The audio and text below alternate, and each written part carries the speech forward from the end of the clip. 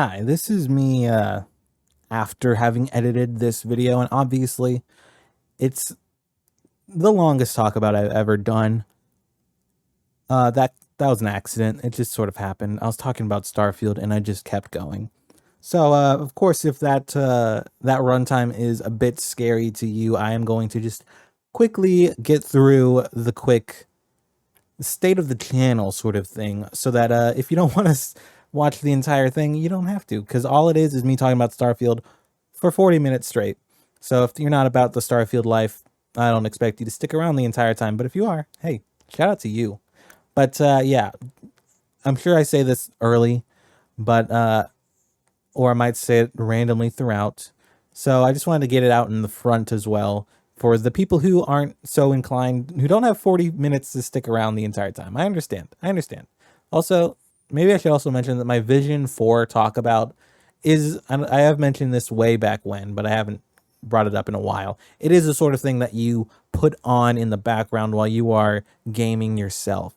So it's like, because obviously, if you're like anything like me, you need something to fill the silence, and I hope that I can do that for you. But the quick updates that I just wanted to get through at the top before I say it again soon, in case you don't want to watch the entire thing, is that TalkAbout, I haven't uploaded recently because I've been playing so much Starfield. So that's why this episode is so big. I've been playing a lot of it. And TalkAbout going forward for this next couple of weeks is going to be very sporadic, and it's not going to adhere so much to a weekly schedule or be about the news entirely anymore, because there's just so many games that I am going to want to do content about. So I haven't quite decided if I'm going to just switch TalkAbout to being about anything, which, is the whole premise. So it's a very based on the games coming out in this next couple of weeks, couple of months. I'm definitely gonna want to do content about those games. So I don't know whether to just make more. There might be more episodes of TalkAbout than you're used to. There might be 2 a week, might be 3 a week. There might be none a week, like you saw this past week. Because yeah, I'm gonna want to cover so many of these games, and TalkAbout is the only. It's the only branded show I have to do that on, and it's the only one that makes sense to do that on. Because it doesn't make sense to like launch a whole new quote unquote line of a show to just do it for like a month or two. But anyways, that was supposed to be the shortened, abridged version of the updates I do say later, in case you just wanted to get in, see what's up, and get out. So without further ado, here is the actual video that I made for this episode of TalkAbout. Enjoy. Hello, everybody, and welcome to TalkAbout, your usually weekly news show where I usually gather the top headlines in gaming from the past week and break them down with you. But as you can see, it has been about 2 weeks since my last upload here, and I just need to come clean and just let you guys know what's been going on. And well, quite frankly, it's because I've been addicted to Starfield. So we're gonna just bypass all of this news talk, all of this headline stuff we usually do, topics of discussion. We have one topic of discussion that's gonna last the entire episode. I've not been paying attention to the news because I've been so deep in the weeds of Starfield. I just, yeah. Yeah, this past week, it's just been a blur. A blur of Starfield is all it's been for me. So, yeah, that's why I haven't uploaded in so long, because I've been just, I couldn't stop myself, okay? I couldn't pull myself away from it. That's why I did do the Armored Core TalkAbout before Starfield came out, because I knew I would not want to stop playing. I just did not anticipate how long I would not want to stop playing. And as you know, if you've been following along, I did take the week off to play Starfield. I took the week off from my actual job to play Starfield. And that week has come to an end. So I am back to some sort of semblance of an actual schedule. So I was able to squeeze in some time to do a talk about Starfield. Of course, no spoilers, because this game is so massive that I can't expect everyone to have experienced all of these things that I might talk about. the things I've experienced in my 69 hours of game time. That is not a joke. I looked at my main save file, my only save file. I only have one character, and the time played adds up to 69 hours, which, you know, you gotta love it. You gotta love it. If you don't know if you don't know the significance of the number 69, Google it. Go ahead, turn safe search off. But anyways, I'm here to talk about Starfield. And I don't know if you can tell already, based on just that opening. I kind of like it. It's a pretty good game. Pretty good video game. It's a pretty big video game, though. So, in a unusual fashion for TalkAbout, usually it's completely off script. I mean, usually it's talking about the news. So, we're already off to the races on this one, just being completely different in a lot of ways.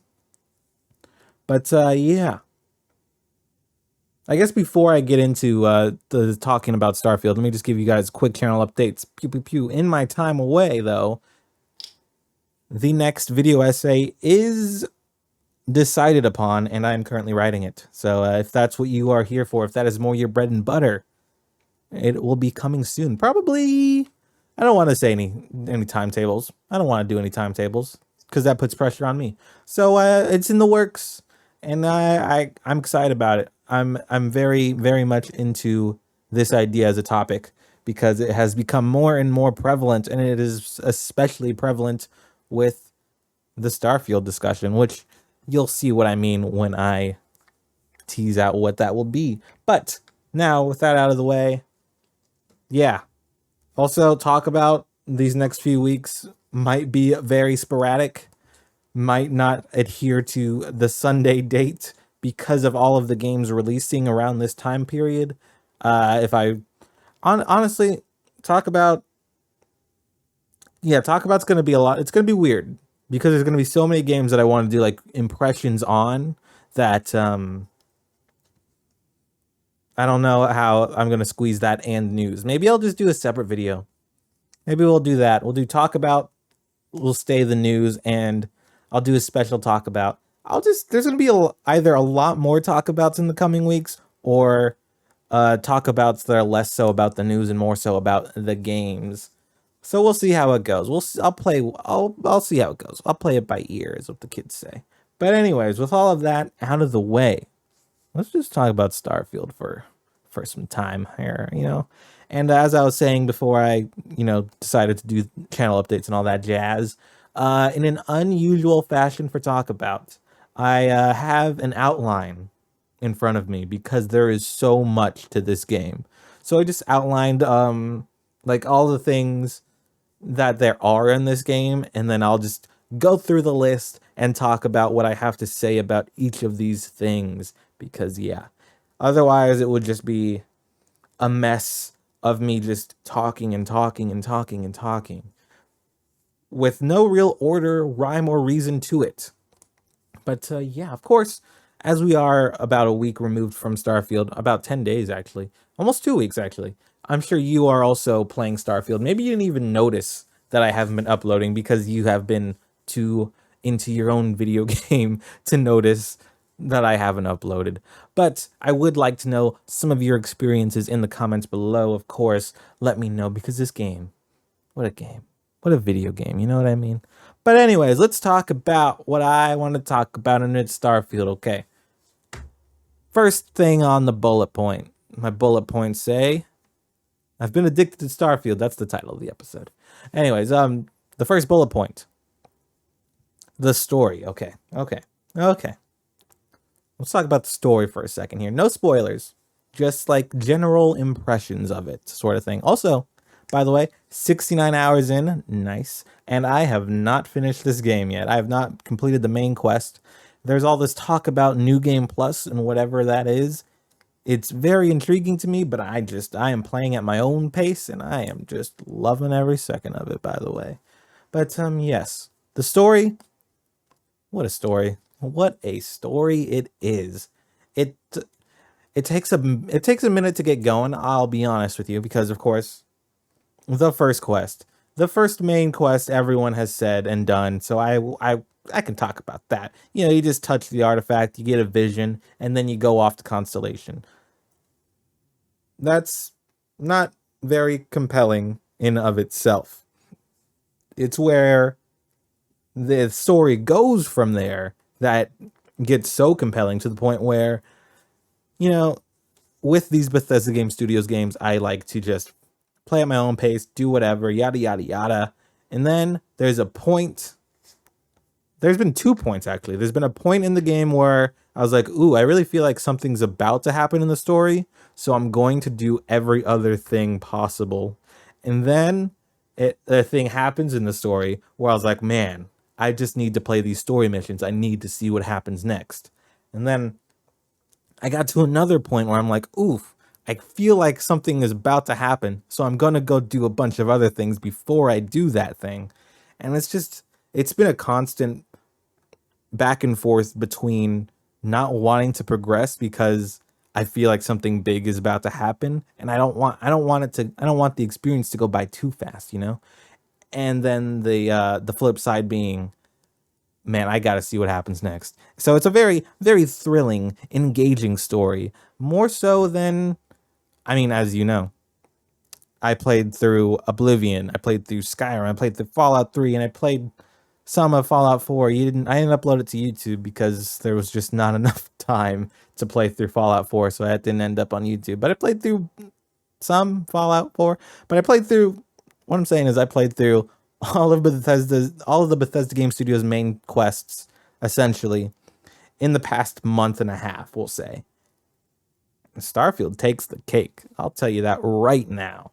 Okay, is it just because it's the new one? It's the new hotness, so all these twists and turns I'm experiencing for the first time are more effective? Maybe. Or maybe it's just that much better than the other ones. Maybe. But yeah, that's all I have to say about the story without getting into spoiler territory. It's very good. Very good. Very good.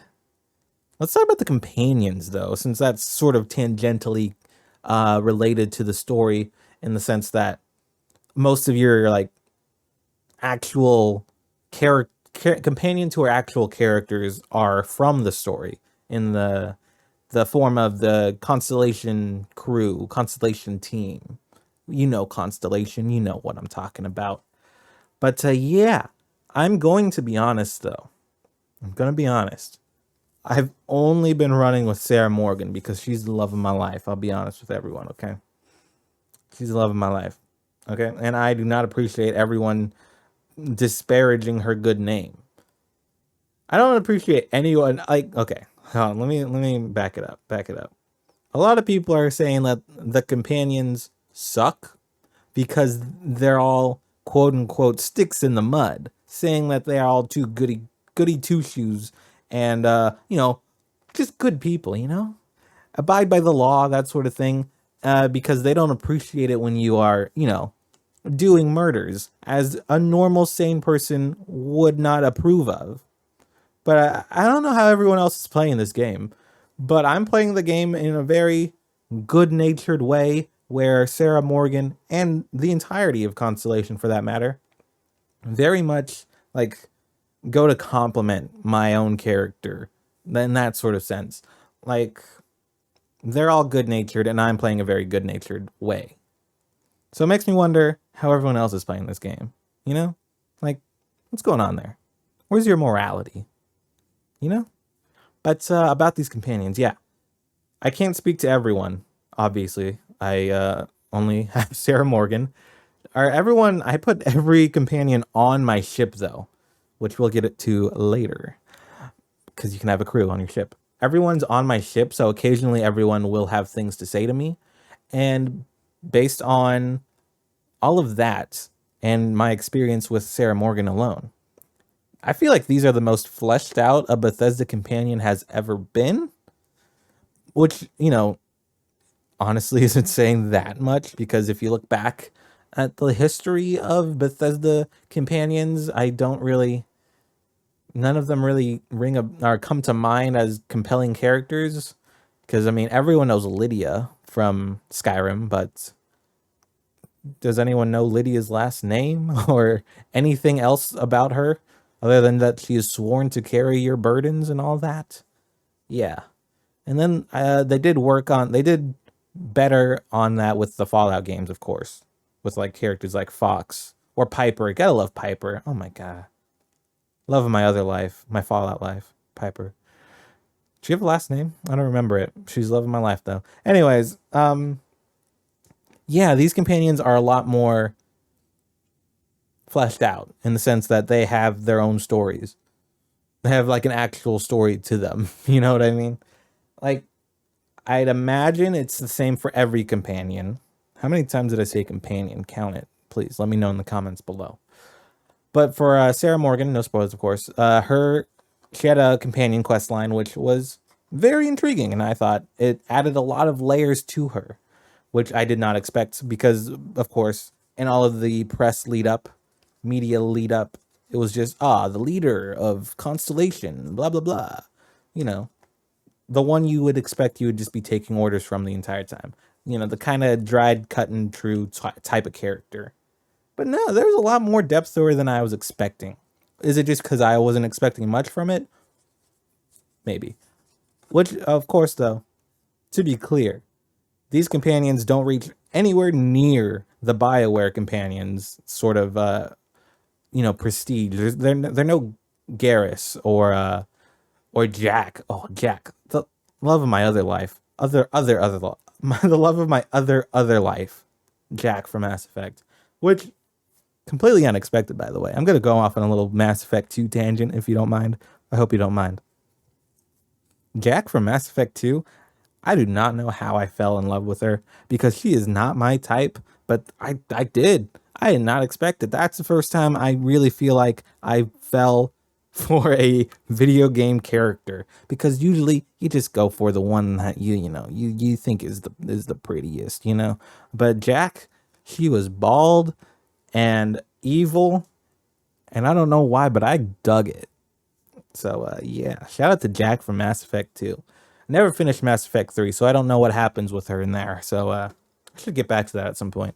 Anyways, companions are cool, and throughout the quest lines, faction quest lines, and main quest lines, they'll just check up on you and be like, hey, how you holding up? How you doing, little buddy? That sort of thing.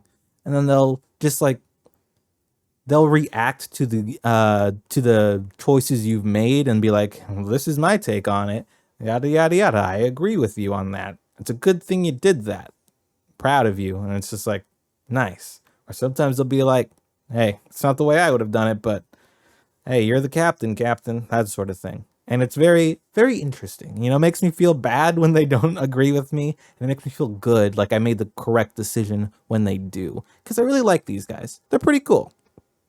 You got Sarah Morgan, Sam Coe, Barrett, and Drasia. Also, Barrett, he's a fun guy. I like Barrett a lot. He's a good guy. He has some Lando Calrissian isms to him. I feel like just a lot less he's like the less horny version of Lando Calrissian, I would say. Like, he turned down the horniness and turned up the jokiness slider. And that's how you get Barrett. But yeah, that's the companion talk. Let's move on to the next bullet point I have here, which is the skills / leveling in Starfield. I gotta tell you, this game sucks in one aspect. The one aspect I hate. And it's not even a bad thing. It's just the decision paralysis I always get. Every time I level up, it's like, hey, look at all these skills. Look at them. There are so many of them. You can only pick one, though. You can only pick one. And so many of them are so good. Also, a lot of them have a lot of basic features that you would expect a game to have. And this is like, that's an interesting choice to put it in a skill tree. Although I do think it's actually like a pretty good one. Because like Bethesda Games Studios classic, a staple, is whenever you crouch, you're sneaking. You get your little hidden detected meter, that sort of thing. And that's locked behind a skill, which I didn't know at first. I read through the skills and I saw it there. I was like, whoa, that's cool. And at first I was like, That's kind of lame that I have to get a skill to do that. But it's also like, well, John over here, John Smith, he might want to just play this game as a space pirate run and gunning type of guy. So he doesn't need to bother with the stealth at all. So he's not going to want to crouch and see the hidden meter because he's not going to worry about that. He doesn't care. He doesn't want to sneak. He just wants to get in there and shoot people. Whereas Sally down the street, she might want to be a little ninja stealth thief type of character, and she wants to see that. So she can invest in that skill tree to get the benefits of stealth and, get the actual stealth meter because she needs that for the way she's playing the game. And that's how like a lot of these skills work in the game. Where things that seem basic for maybe your play style aren't basic for everyone's play style, so they don't need it, sort of thing. You know what I mean? I hope you know what I mean. Like there's a combat slide that's in the combat athletics tree that I have not gotten yet just because I don't need it. I feel like it'd be cool to have, but what am I gonna do? Because I can slide? Wow. I'm sure there's other things that skill does too, but it's interesting. It's interesting.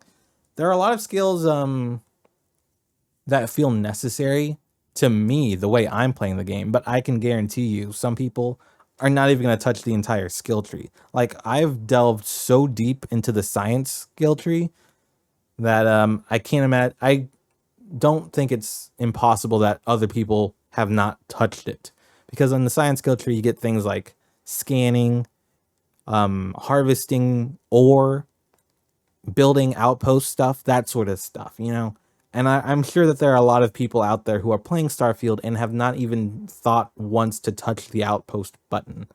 You know what? Outposts is the last bullet point here, but we're going to talk about it right now since I just brought up outposts. Outposts, what a good time, okay? A lot of people, I can understand not wanting to deal with outposts whatsoever because maybe the settlement system in Fallout 4 didn't work for them. But for me, this outpost thing it's crazy. I didn't start it for like the first 20, 30 hours of the game. But once I started, I was like, oh man, there's a lot here. And a lot of it is really good. And the more you use it, the more you're like, okay, I get it. I see what you're putting down here, Todd Howard. It's a really cool system where you can essentially go to a planet that has iron or helium, and you can mine that planet for its resources using your outposts. And then you can set up another one on a different planet that has like aluminum or gold and that sort of stuff and mine those resources. And then you can set up cargo ships. What do you call it? Cargo links between your outposts to bring them all to maybe your grand outpost, your home base outpost. That's what I'm doing, at least. I'm finding planets that have all these resources that I use a lot, and then I'm going to have them all shipped to one outpost that I just think is a cool place to hang out and make it my home, And that's just, it's a great time that I've spent probably 10, 15 hours in, honestly. The whole outpost creating and upgrading systems there. I spent a lot of time with it. And that's a feature that I'm sure some people just aren't going to touch. And it's part of what I really like about Starfield. The fact that you can do so many things in it, and you don't even have to do all of it, and you can still get a great experience out of it. Which sort of leads into another bullet point that isn't a bullet point that should be, but I'm just going to talk about it real quick. The weapon crafting and research stations and spacesuit designs, all of that stuff. It's a lot. In the same vein as outposts, it's a lot to take in at once because you can't just mod a weapon. You have to research the mods, and then you can make them. I don't know why there's the research station. I'll be honest with you. The research station might be the one. What was the point in this thing I have about this game, Where it's just like, this is just like, it's the middleman. You don't need these research stations, All it does is because you also you use resources to research a set of items, and then you can craft those items with more resources. So I just feel like it's just using more resources for resources' sake. How many times did I say resource? I don't know. Probably too many.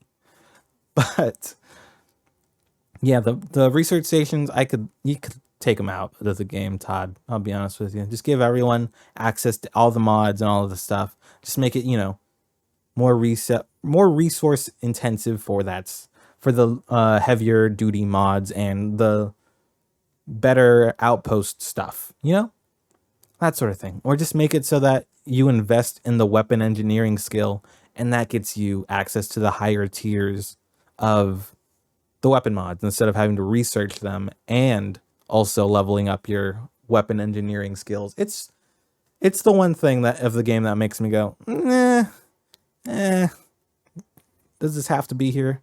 And I don't think it does. But that's sort of related to the next bullet point, which is shipbuilding. And man, there's no quicker way for me to feel like a dum-dum than going into the ship builder. Because man, I've seen so many ship creations online where people are making the Millennium Falcon, an X-Wing, Razor Quest, the Normandy from Mass Effect. And it's just like, how? How are you doing this? I have the starter ship that I've just modified throughout the game until I got new ships. No spoilers, but you get new ships sometimes.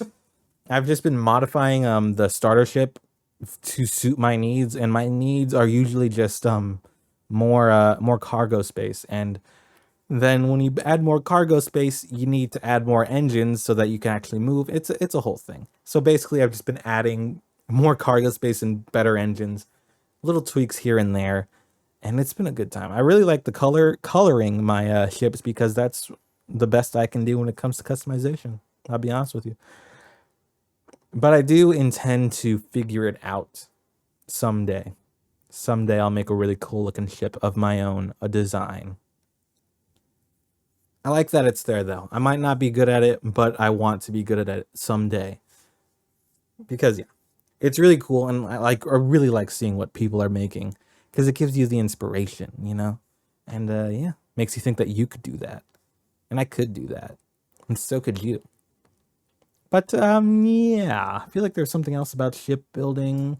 The space combat, that's what it was. I'm looking at it. It's the bullet points. The space combat also, it takes a minute. The space combat takes a little minute to get going because at the start of the game, you are brand new and they probably aren't throwing all that much at you. Also, your ship doesn't have very good weapons.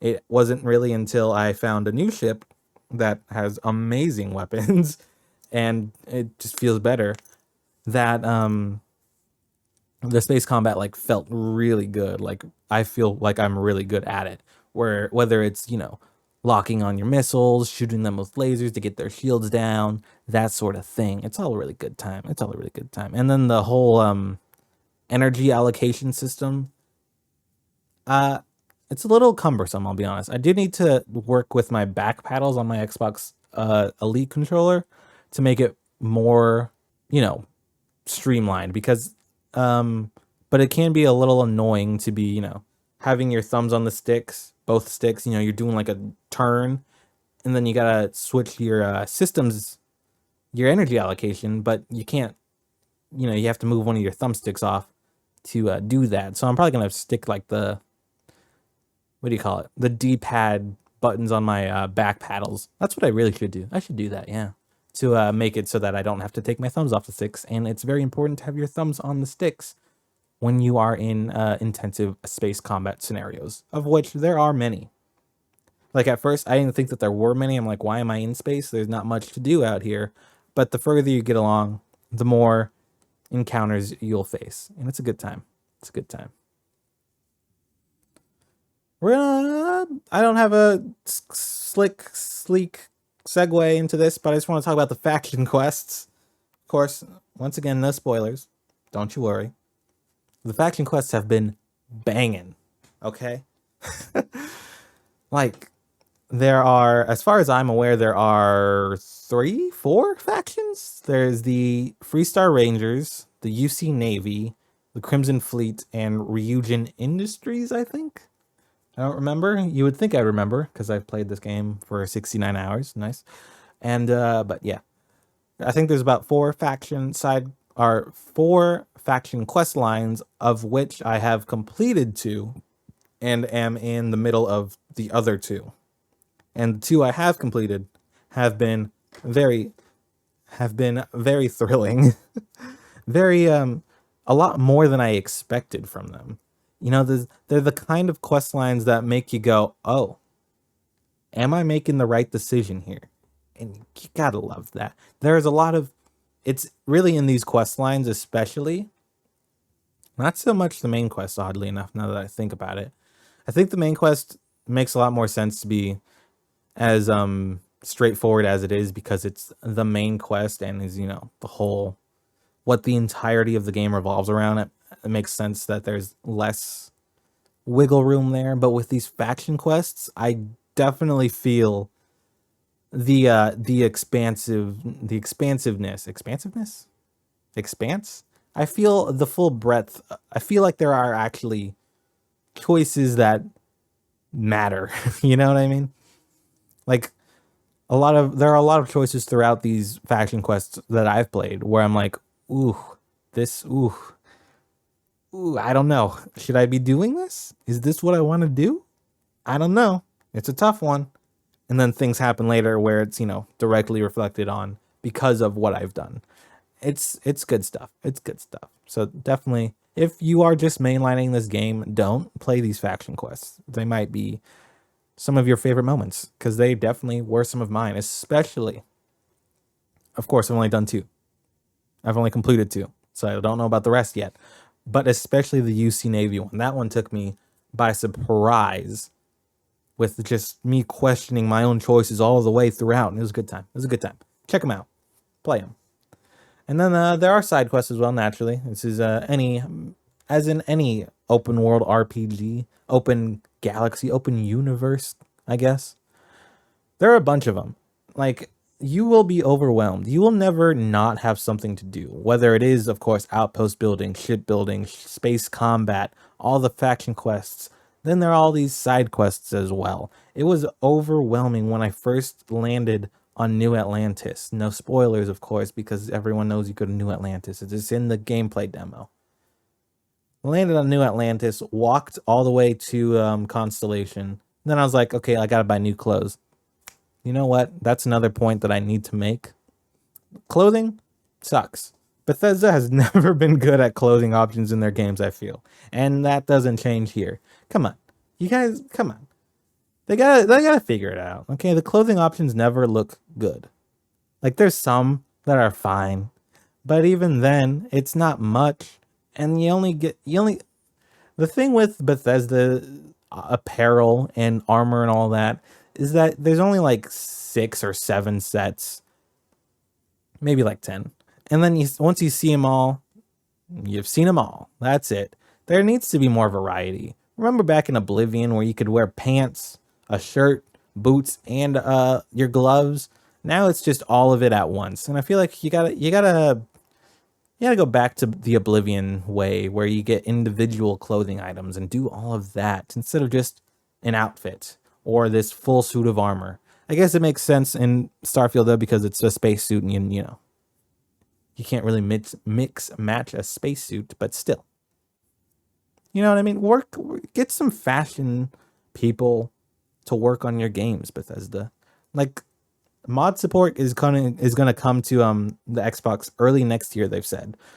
And those are gonna be the first mods I get. I always get, like, in my Skyrim playthrough, in my Fallout 4 playthrough, those are the first mods I always get.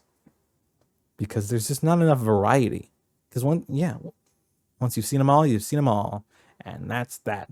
But circling back around, side quests. I was just walking around New Atlantis, and I was like, I'm gonna go check out all these stores. And yeah, what was I saying? I was gonna check out all these stores, and I was just walking between the stores, seeing what new clothes options there were, what kind of guns I could buy, all that good stuff. I got like 17 pop-ups of like, hey, go talk to this guy. Hey, did you hear that? This guy's talking about some problem he has. Maybe you should go talk to him, see what he'll tell you. It's like everywhere you look, someone's got a rumor that they're just talking about, and you overhear it, and you get the little pop-up, hey, maybe you should go check that out. And it happens constantly. Like, it's still happening.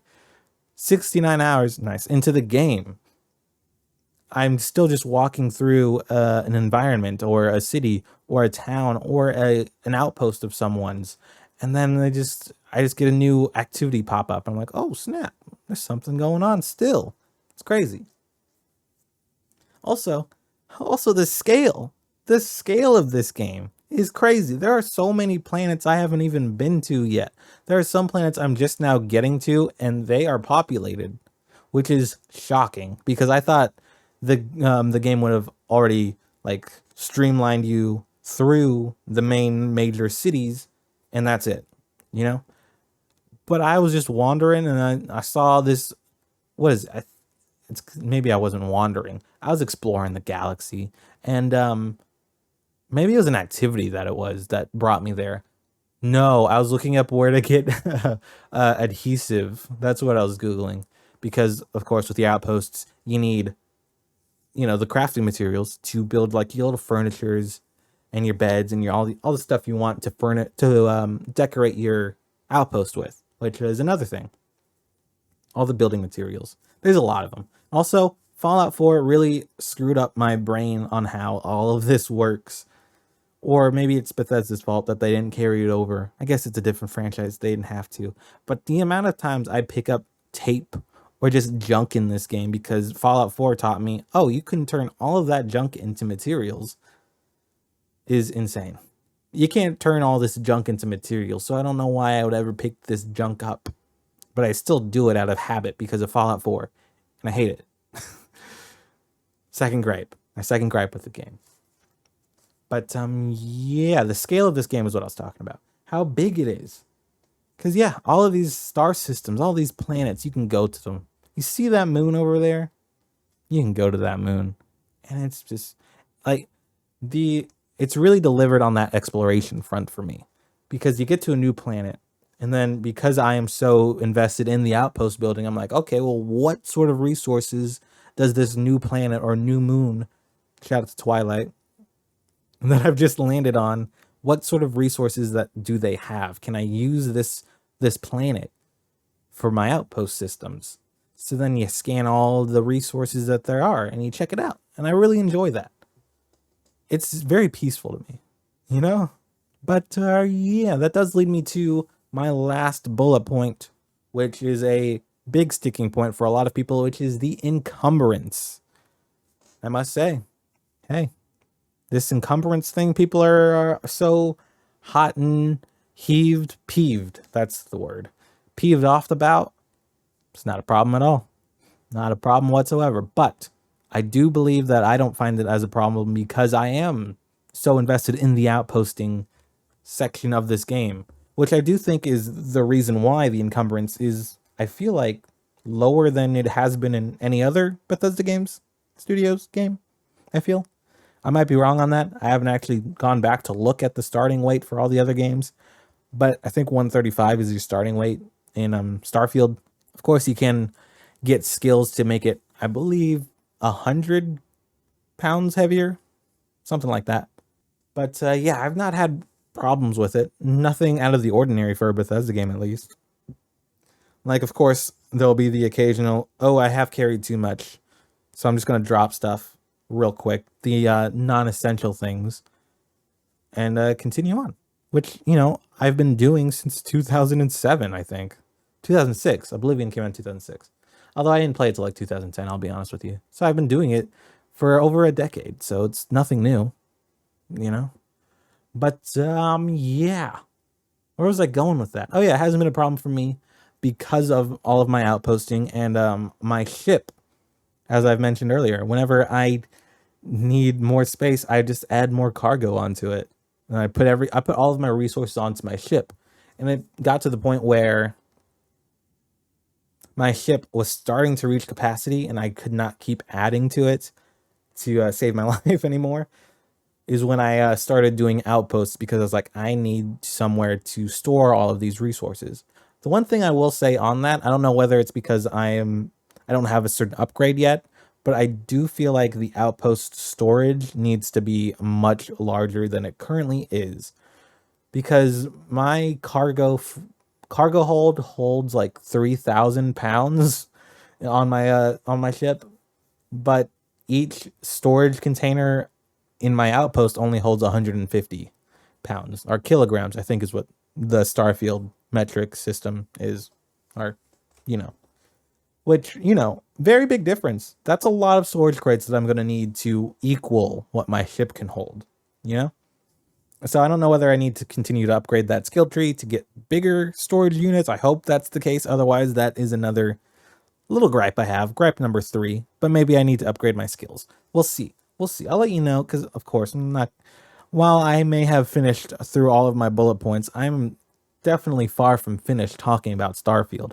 All I did was talk about what I've been doing with Starfield and all the things I had to say about Starfield. I didn't even address any of the controversy behind Starfield. Maybe I'll do that another day. Maybe that's what the next episode will be, because this is the longest episode of TalkAbout there's ever been. And I feel like because I looked at how long I've been going. Okay, I'll be honest with you. I looked at how long I've been going. I'm like, I need to sort of start wrapping this up. But there's still a lot to talk about. There's so much to talk about. But because I usually go for the 30-minute mark, although you guys have been, I did skip a week, I think. So it's fine that this is longer.